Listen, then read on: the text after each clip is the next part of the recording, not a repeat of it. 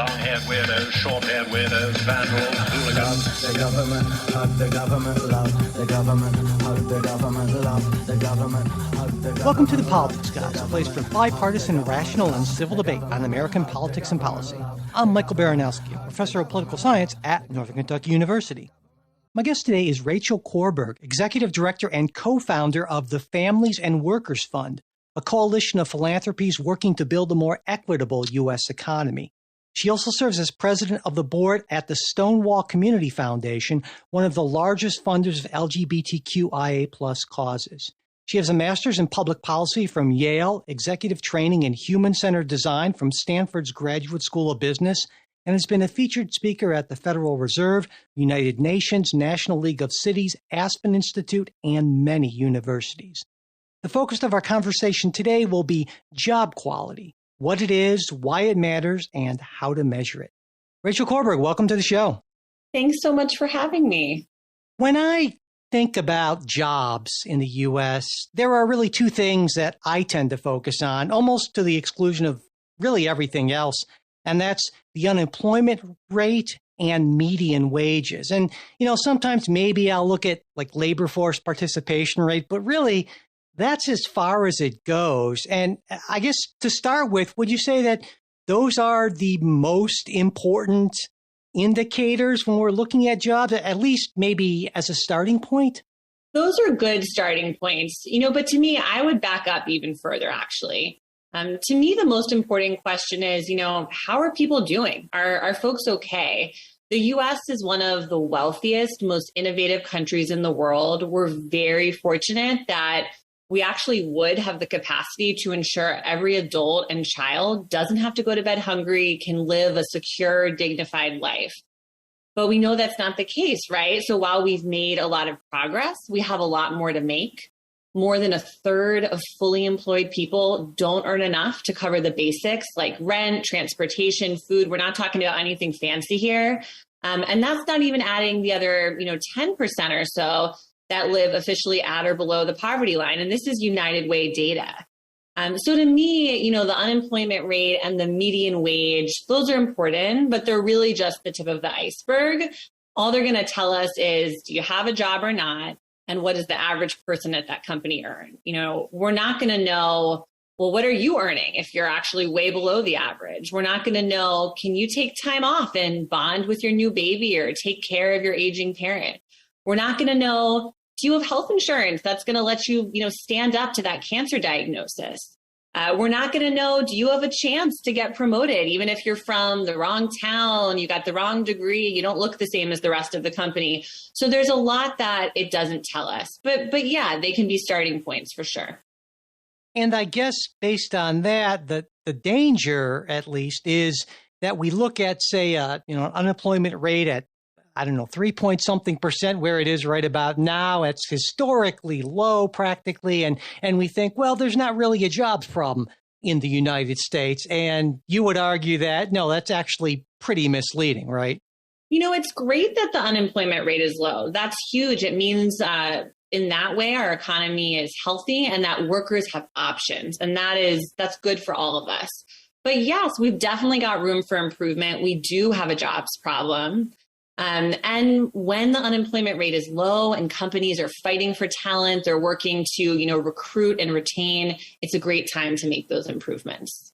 And so then when we think about jobs, we can look at quantity, we can look at pay, but it seems like quality consists of a lot more than that. And that's maybe where we're not looking hard enough, I guess. And based on my review of the work that your organization has done, it seems like there are three basic pillars you point out to job quality: economic stability, economic mobility, and then a category: equity, respect, and voice. And I guess first off, do I have that right? And if so, maybe we could talk a little bit about those pillars. Yeah, absolutely. I mean, you've got the three pillars right: economic stability, economic mobility, equity, respect, and voice. That's kind of, a nerdy way to say, are you going to be able to get by, get ahead, and have a say, right? It's actually pretty simple. It's pretty basic stuff. In terms of where this definition came from, though, this is one that we, the Families and Workers Fund, developed with the Aspen Institute. It's highly evidence-based. We looked at very deep research on, what matters to companies, what matters to workers. We workshopped it with employers and with workers. We met with a huge group of experts, business leaders, economists, labor leaders. And ultimately, when we put out, what is now the most broadly shared, broadly endorsed definition of what makes a job good, we now have more than 250 signatories. And these are not folks that are on the same page about everything, but this is the definition they all share, right? So to give, examples, Chipotle signed on, SEIU, one of the largest labor federations, signed on, right? So I think this is really a vision of what you should be able to expect from work that we can all get behind. You should be able to get by, get ahead, have a say. And it would be hard for me to understand why anyone would disagree with that as sort of a general matter. But I think oftentimes maybe the problem comes with when we get into the specifics. And for instance, economic stability. Now, when I look at that term, when I think about that term initially, what I think about is, wages, because of course a high wage will, other things being equal, give you more stability. But I would imagine that really when you're talking about economic stability, you're talking about a lot more than just what a wage is, right? Yes, pay, is absolutely critical. You're absolutely right there. But yeah, there's more to it than that. Are the benefits affordable? Are they accessible to you? That includes things like, paid sick days or paid medical leave or health insurance. Is it fair compensation? Unfortunately, there have been too many cases where actually, women or people of color may not be earning what is appropriate and fair compared to others in the company. Is there job security? Is there some sort of reasonable expectation of job security? So these are all the pieces that lead to a worker and their family ultimately being able to have a sense of stability from the job. But absolutely, I think, pay is really critical. And we see that in opinion polling and when you talk to workers themselves. And when we focus on economic mobility, is that the ability to move up within the organization or the ability to take your skills somewhere else or some combination of those things? Yeah, exactly. So with economic mobility, we all want to know that our talent can be recognized and that we're going to have opportunities for training and to advance in the company or to draw from our current job and be able to kind of leverage that into advancement somewhere else. So that's all absolutely critical. And there's a lot of exciting change happening here. For example, there's a movement among many large, Fortune 500 employers to say, maybe we should be not requiring college degrees for every single job. Does every job really require this degree? If someone can prove they've got the skills, they've got the potential, can we make this job accessible to them? So that's the type of change we're really excited to see around mobility and the opportunity to progress and advance. I would imagine with mobility, there's maybe an inherent tension between employers and the employees, and that if employers are committed to training employees and helping to upskill them and so forth, they also don't necessarily want to do that and be a training program for some other company, right? And so there could be, I would imagine, almost a natural tension there, right? That's absolutely right. There can be a tension, but I will say that a lot of companies that, perform extremely well in the stock market and are seen as big successes have been doing really meaningful investment in their workforce and have been for a long time. Cross-training, paid training opportunities, paid education. So yes, that can always be a challenge, but I think ultimately if you're creating a workplace environment where people can thrive, where they look forward to coming to work, those investments are going to more than pay off. And I'll say, especially in a tight labor market, a big part of your strategy as a company isn't just to recruit and hire new talent, but it's actually to retain and advance your people. And then finally, we have that third pillar, equity, respect, and voice. And what does that kind of in more detail consist of in your view? Yeah, this is the most, I want to be really clear. This is the most challenging one. to really measure and be very specific about. It's also, though, the one that you hear in some ways as the most or one of the most important from workers themselves. So, with equity, respect, and voice, folks want to know that they have a sense of purpose and belonging at work. Many workers want to know that they're part of something bigger than themselves. They want to know that they, have a fair shot, that they're going to be treated fairly at work. They're going to be treated respectfully, regardless of, where they're from, what their, racial or gender identity is, what kind of degree they have, that sort of thing. And then the other thing that we hear that's really important is if there's a challenge in the workplace or if they see a way to improve it, they want to be able to have a voice to do that. I think we all see that. And in fact, it's a huge value to companies if folks who are, on the front lines of your workforce can say, hey, something's breaking down in production over here, or, something, we could do something more efficiently over here. But you've really got to invest in a culture where people feel that they'll be trusted to say that, and that there won't be, retaliation or repercussion if they have a differing perspective than leadership. And how does, in your view, how does this tie into kind of the wider world of DEI? Mm-hmm. I think that, well, first of all, I like to break down those acronyms because we are in a period where everything with an acronym sounds scary to someone, sure. right? Yeah, absolutely. Yeah. So, it's tied in the sense that we all want to be treated fairly. We want to be seen for who we are. We don't want to be judged based on the way that we look or the place that we're from. We want to be fully evaluated for who we are and all of our potential and skills. So to me, that's what it's about. We can use the acronym, we could use a different acronym, but ultimately it's about ensuring that we aren't leaving talent on the sidelines and that we're letting people bring their full potential and talents to the workplace. And we're benefiting from that. And we'll all benefit from that. The more workplaces are able to fully embrace people and let everybody thrive. Yeah, I've been, the last few days especially, I've been really thinking about quality jobs and what makes for a quality job, doing a lot of reading in preparation to talk to you. And there was one thing I wanted to ask you about, because I don't know where it's captured or if it's captured in these categories, but there's this idea that work should be not just an economic means, right? And it should be treated well, but that work should be in some deeper sense meaningful, provide you with a sense of purpose or fulfillment. I mean, and, this has, I think, been a big concern of, kind of critics of capitalism. You look at Marx and alienation of labor, right? The arts and crafts movement that followed that, and industrialization and their concerns about people that this kind of doing this little division of labor kind of jobs, and it's inherently disconnected. And even more recently, you have like David Graeber, who talked about what he called bullshit jobs, right?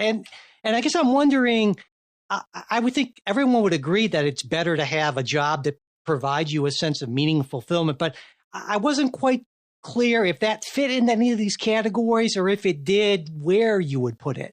I would put it in this third category. It's really about this sense of, purpose and belonging. Let's be clear, for folks who want to, go do their best, work hard, show up from 9 to 5 and go home and never think about their job again, there's got to be a place for that in our economy. That is a perfectly reasonable way to work, and it's how a lot of good work has been done. For others, we want a sense of purpose and belonging and being part of something bigger than ourselves through work. And there is a place for that as well, right? Both are important. And I would say for me, personally as a manager, because I come at this not just as someone who, specializes in job quality policy and in workforce development, but also as someone who runs an organization.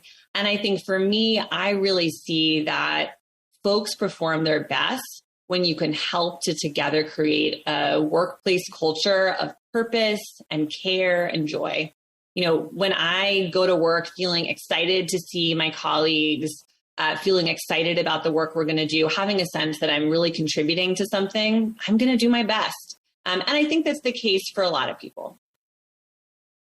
So let's move into measurement, because I agree, not surprisingly, I think I agree very broadly with all of these things that you're talking about, what makes for a quality job. But then the social scientist in me says, well, okay, I know how we measure median wages. I know how we measure unemployment, and even there are some problems with those. And so when we're talking about things like equity, respect, and voice, or even stability and mobility, it seems to me we start to run into some pretty significant measurement issues. I wanted to get your take on what you see as the big challenges here.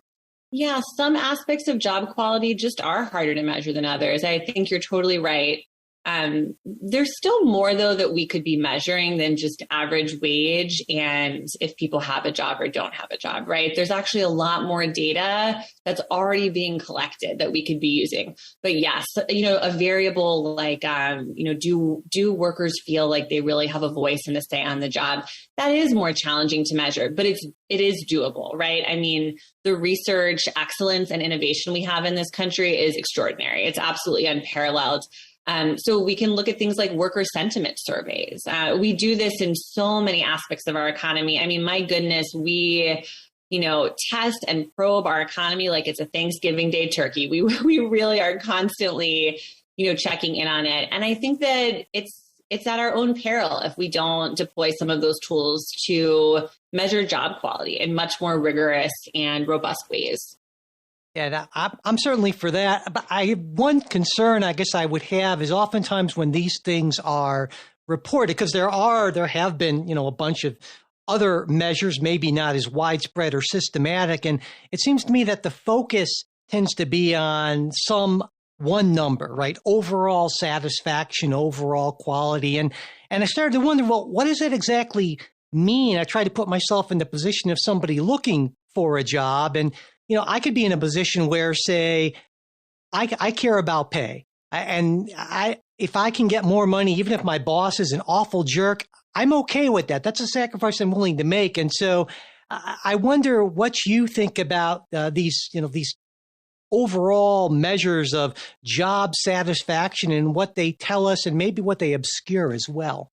Yeah, it's a great question because we all make our trade-offs, right? No job is perfect. That's just not how it works. I might choose a job that has a shorter commute, but pays me a little bit less because I've got a kid at home and that's my priority right now. And someone else might choose a longer commute that pays more, right? These are the trade-offs we're all entitled to make and we're all making all the time.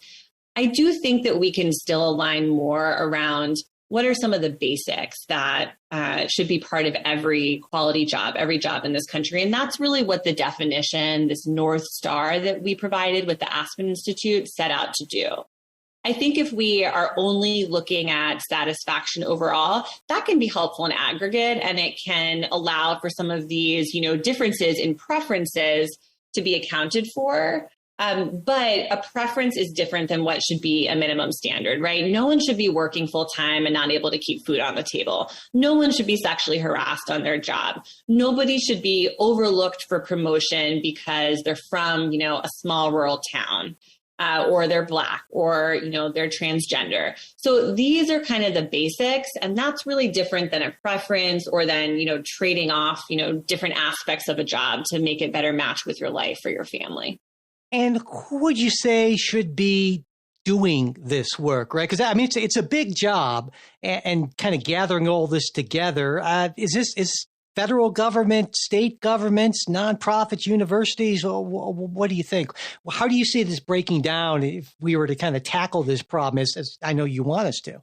Yeah, it's a great question. So, first I'll put in a little plug, which is we recently hosted something called the Job Quality Measurement Initiative that asked exactly that. It brought together about, 70 leaders from mostly researchers and academics, but also leaders in, government data, in industry data, et cetera.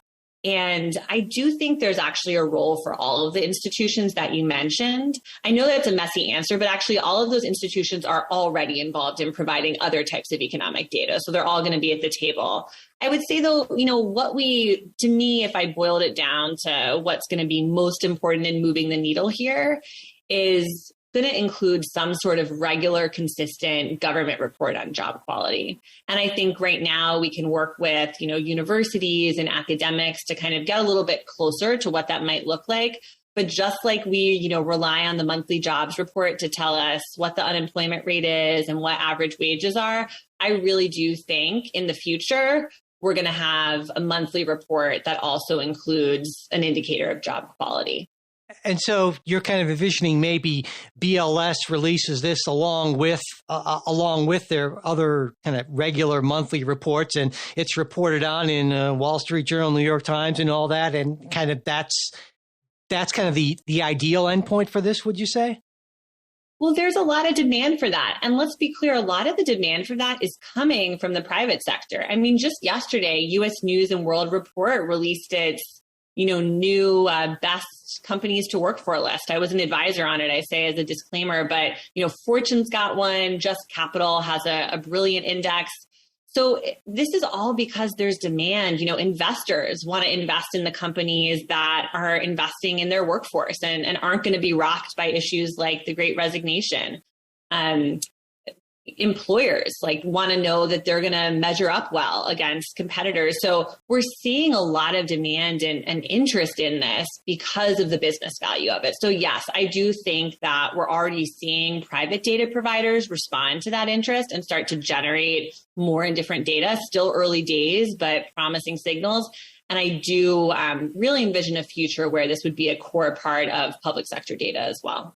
I can see how this would be really useful for businesses and investors. I hadn't thought about the investors thing really so much. But again, I want to go back to the perspective of the worker or the potential worker. I've looked for a few jobs in my lifetime, and honestly, I guess I'd care about the overall state of the economy and job satisfaction, or even my sector, but really what matters to me is this a good place to work at, right? And you can maybe, if you're on an interview, you can talk to some people, but that's kind of a haphazard, not a very systematic sort of thing. And so I guess I'm wondering, do you think that there's a way to do this in a manner that allows prospective employees to kind of, in a sense, kind of look at reviews like we do for so many things, right, on Amazon or all kinds of other things, where we can just say, oh, well, this company's rated 4.8 for equity and voice, but, 5 for salary. I mean,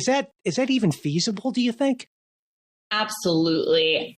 Ultimately, the most important consumer of this data in many ways is going to be workers themselves and job seekers. That's so important. And there are, some sites, many people know of them, Glassdoor and others, where people can, post reviews and post information. I do believe that data is going to start being used as one of the sources for kind of a job quality index or a job quality composite score. So ultimately, this data has got to be useful to workers. It's got to help, job seekers make the best choices and find the jobs that are the best fit for them. And then we'll be in a future that we're getting closer and closer to, and we already see in some industries where you'll see companies actually really competing to be the best, most attractive employer. Maybe one of the problems that I foresee is what I call a response rate problem, because I think about, reviews of, I'm reviewed on things like Rate My Professors and that, but it's such a small sample and it's not a random sample that the data that's generated from that may or may not be representative of, how I actually am, right, as a provider of professor services. And so, do you see that as being a significant hurdle to get enough people? Because I would imagine this would involve employees being comfortable commenting on their employers, especially for things like, equity and respect and voice. And so do you see that as being a significant problem? And if so, how maybe do we try to overcome that? It's funny that you bring up Rate My Professor. My academic friends tell me you've got to take a stiff drink before you start reading those reviews. Yeah. No, the response rate is a real problem. It's always going to be a challenge. And that's why, there's other options like surveys. You don't want to rely on only something that people may report the absolute best and worst experiences. And a survey can be helpful in that.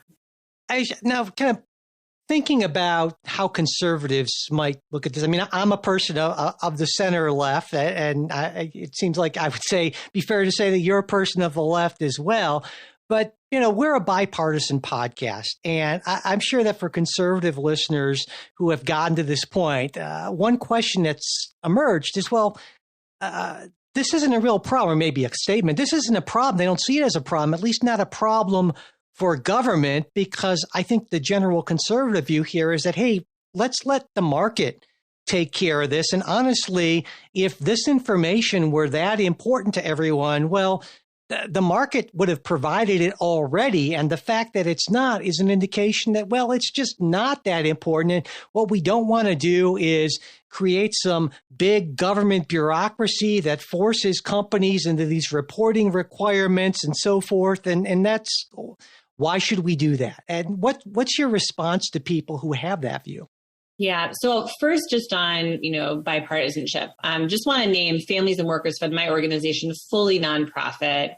And on a personal level, I believe deeply in the project of a bipartisan country. I'm actually from a purple county in Pennsylvania. That's one of the, I think it's 5% or so of congressional districts that still swings. That's really like in my DNA in a lot of ways. And I'm actually in a program right now called Presidential Leadership Scholars. That's this bipartisan group of folks who are all talking about how do we, govern and move forward and create change together in a divided country. So like that is the work. I don't think that this is a partisan issue. And I think the opinion polling reflects that. I think this is a kitchen table issue. Does your job let you keep food on the table? Does your job ensure that you have health insurance? Does your job let you take care of your kid, right? Like this is not partisan stuff. This is just all people stuff.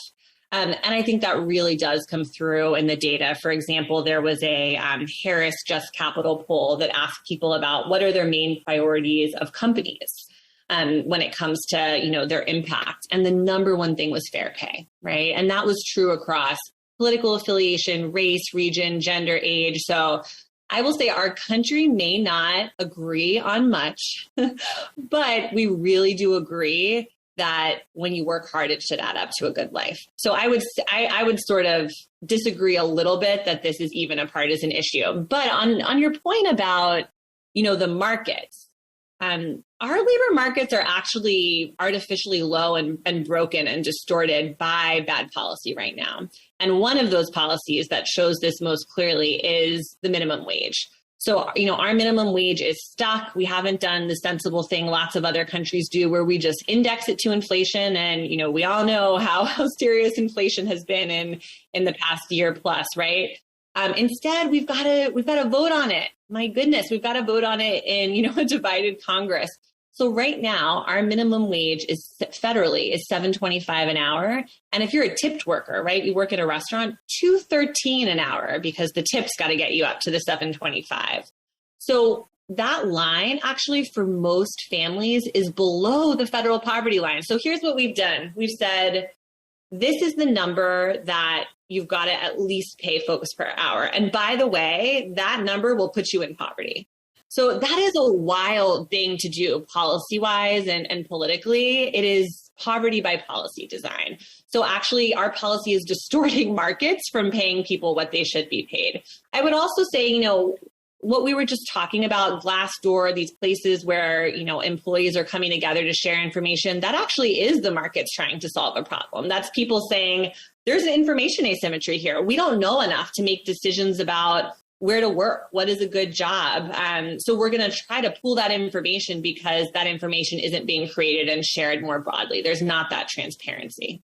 A sort of a related concern, I guess, would be for any kind of like significant measurement project like this is going to impose costs, and someone has to bear those costs. And you can say, well, the huge corporations of the world, if they're the ones who bear them, well, they might pass them on to consumers in part, but they can bear those costs. But there's a concern as well. If we impose any kind of greater costs on businesses, it's likely to hurt small businesses the most. And so, I mean, how do you see this as being paid for, and how do we avoid hurting those kind of small mom and pop kind of businesses through reporting requirements that might be seen as kind of onerous or difficult for smaller businesses?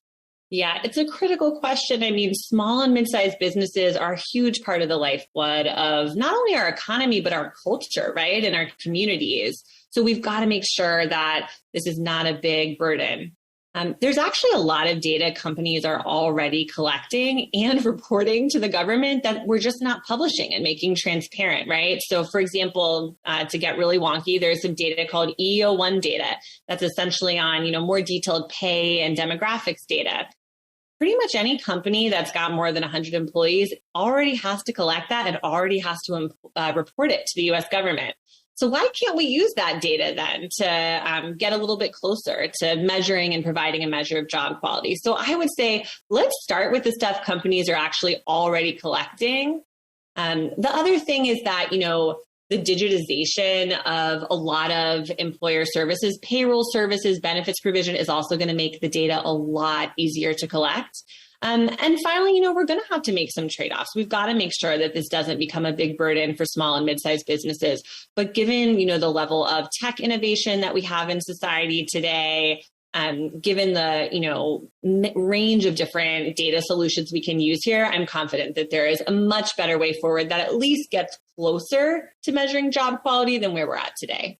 And given all the time, and you spent obviously a lot of time thinking about job quality and job quality measurement, I'm sure you have some thoughts on, in the U.S. landscape, what employers maybe tend to do best and what areas maybe we need the most work in. I'd love to get your thoughts on that.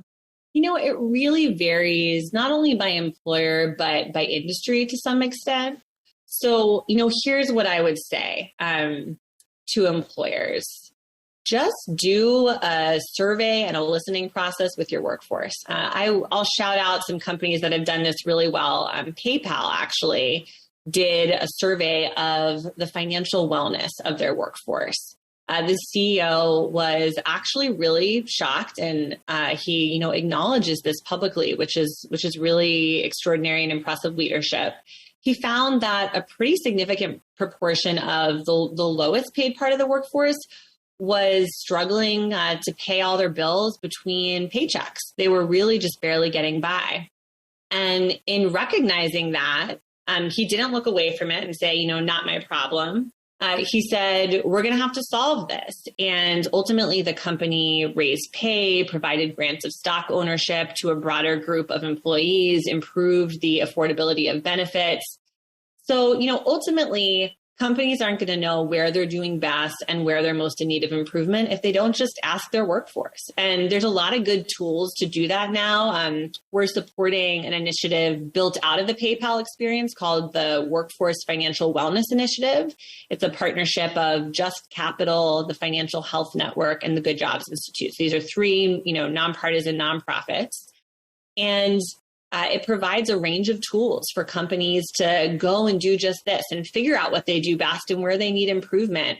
There's about a dozen, large, many Fortune 500 companies that are involved in this right now. And I think it's really exciting stuff. So let's say that you're magically made Secretary of Labor tomorrow. I don't know, maybe that sounds awful to me, but whatever. So, but let's say you're in that position, right? What would you do kind of like specifically, do you think, to improve job quality measurement? What actions would you take? And also, I guess kind of along with that, I'm going to assume that not all these things are happening right now. And I'd like to get your take on why you think they're not happening right now and what I would think would be an administration that would likely be very receptive and responsive to this sort of thing. Yes. So ultimately, I think there's a few things that we can do. First is investing in job quality measurement in a comprehensive way. So I would look at performance data, right? So I would look at data that the U.S. government is receiving from its grantees and contractors and seeing if there isn't some sort of non-burdensome job quality measurement reporting requirement we could build into that. So let me give you a really specific example there. Let's say the U.S. government makes a grant to an organization to train folks who have been displaced from their jobs, right? we should make sure that we're not just training them, but actually that we're connecting them to a good upwardly mobile career. So let's get the data on that. Let's make sure we're using our taxpayer dollars, not just to cycle people in and out of kind of dead end poverty pay work, but that we're getting them into good uplifting jobs. And that's, something that would be very exciting for the Department of Labor and others to do. I think, second, longer term, you mentioned the Bureau of Labor Statistics and the jobs report. Starting to get a job quality metric into that report. That would be a huge step forward. And then to your question about, this administration, we have been absolutely honored to partner officially under an MOU with the Department of Labor on the Job Quality Measurement Initiative. So we know that this is an important priority. We know that the Departments of Commerce and the Departments of Labor put out a whole of government set of principles on defining a good job, because we've got to define this before we can start to measure it. And as far as I know, it's the first time a modern presidential administration has put out a shared whole of government definition. And the other thing I would lift up is the first ever Good Job Summit that happened last year. I thought this was a high level convening around defining, measuring, and advancing good quality jobs for all. I thought that this was going to be an event with 30 people and I would know them all and I would have worked with them for years. And it was 4,000 people. Wow. It was oversubscribed. And it just showed what a huge priority this is. And it was really fantastic to be at the Department of Labor with leaders from government and outside of government talking about how we can advance good jobs together. And one final question for you. I think a lot of times when people hear jobs and job quality, they think of it in an ideological sense, right? Oh, this is something that those lefties are talking about and all that. And I wonder do you have any optimism that we can take this and make it or maybe sell it or not even spin it, because that suggests kind of a level of dishonesty, but present it as the bipartisan, as you put it, a kitchen table issue that I think it really is, and get enough buy-in from Democrats and Republicans to make decent job quality reporting a reality in the near future? I'm optimistic. That's my nature, but I'm optimistic for a couple of, real reasons. One is the demand for job quality measurement is real. I hear this from private equity. I hear this from, a whole range of investors, asset owners. I hear this from chief human resource officers, right? We've got to have this information. We've got to have this to navigate a tight labor market. And most of all, I'm optimistic because of the innovation of the American worker, right? The American worker herself. We know that we're seeing in all sorts of ways workers saying job quality matters to them. That's what the so-called Great Resignation is about. This is a huge, massive part of the workforce saying, I'm going to go look for a better job. What I've got here is not enough for me, is not enough for my family. I'm going to look for a place that, maybe pays me more or sees my talent and potential or provides the health insurance my family needs, whatever the case may be. So that's why we really need this information. And I think when you have demand from so many broad parts of society, ultimately, we're going to have to meet that demand. Well, I certainly hope so. And I'm looking forward to someday going to the BLS site and seeing that kind of dashboard that I'm envisioning in my geeky mind. But anyway, Rachel Korberg, thank you so much for taking the time to talk with me today. Thanks so much for having me. We hope you enjoyed this Politics Guys interview. And if you did, we'd really appreciate it if you could mention us on social media or however else you share things you like. It would also be great if you could rate and review us on your podcast app. If you got a question, comment, correction, gripe, manifesto, you want to share it with us, you can reach us a bunch of ways. mail@politicsguys.com, as well as there's our supporters exclusive Discord channel, and we're also on Facebook and Twitter. And if you'd like to become a supporter of the show, you can find out more about that at patreon.com/politicsguys or politicsguys.com/support. And links to all that are always in our show notes. And finally, a very special thanks to our executive producers, Bruce Johnson, Wilma Moreno, Andra Masker, Daniel Toe, Ryan Beasley, Don Oglesby, and Ivan English.